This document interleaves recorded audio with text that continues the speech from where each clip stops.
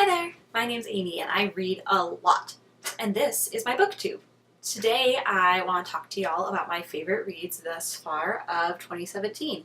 It's July, so it seems like a good time to kind of see where we are. So let's just get started. One of my favorite reads of 2017 is Kindred by Octavia Butler. I have always been really interested in reading women in science fiction and fantasy because it's such a male-dominated genre.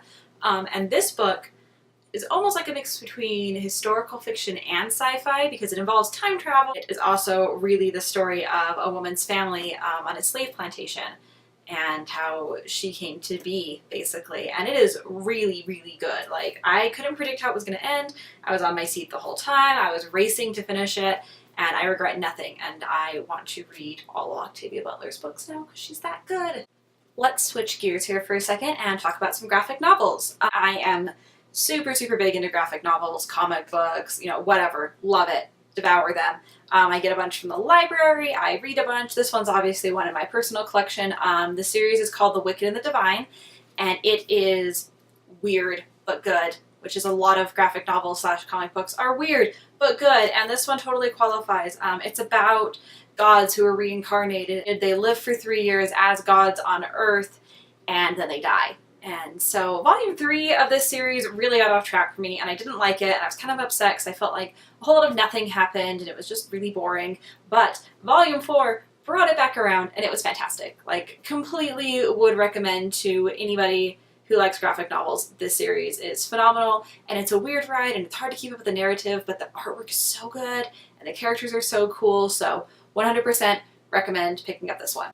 But my favorite graphic novel series of all time is Saga. If you have any friends who read graphic novels or anything along those lines, I'm sure you've heard of this series because it's fantastic. It's about star-crossed lovers in space who have a illegitimate child that's not supposed to exist, and their space adventures as they grow as a family.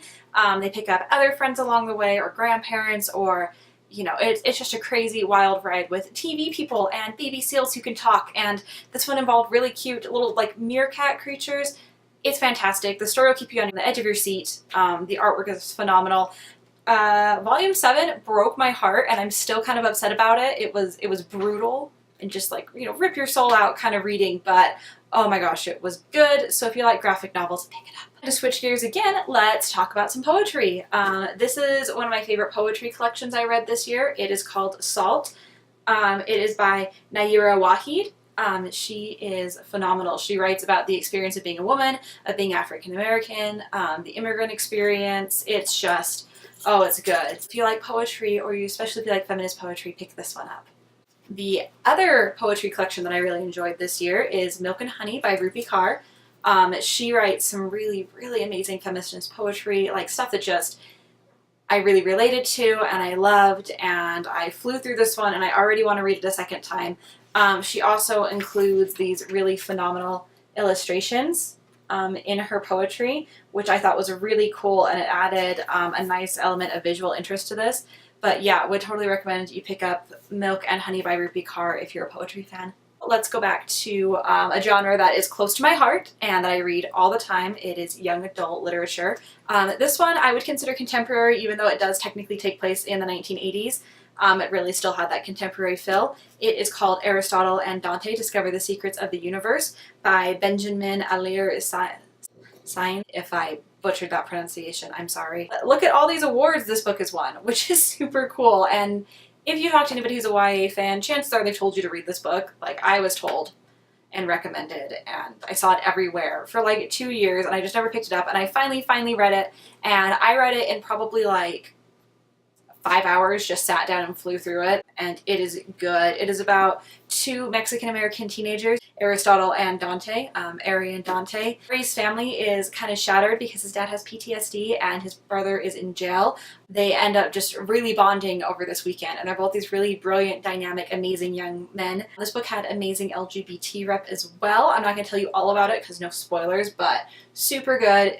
If everybody told you to pick it up, just do it. It's totally worth it, I promise. I actually really like memoirs, especially memoirs read by the authors. It's a favorite genre of mine. I usually read women, but I did pick up Not My Father's Son by Cumming, and I listened to it on my Audible account. It was really good. It was different than any other celebrity memoir I've ever read before because it read like a thriller or a historical mystery or like a family drama. It starts with flashbacks back and forth into Alan Cumming's childhood until 2010, when he's on a show trying to figure out what happened to his maternal grandpa, who disappeared after World War II and died, and nobody knows the full story. But as he's finding this out through this show called Who Do You Think You Are, his Alan Cumming's own father comes back into his life and tells him that he's not really his son.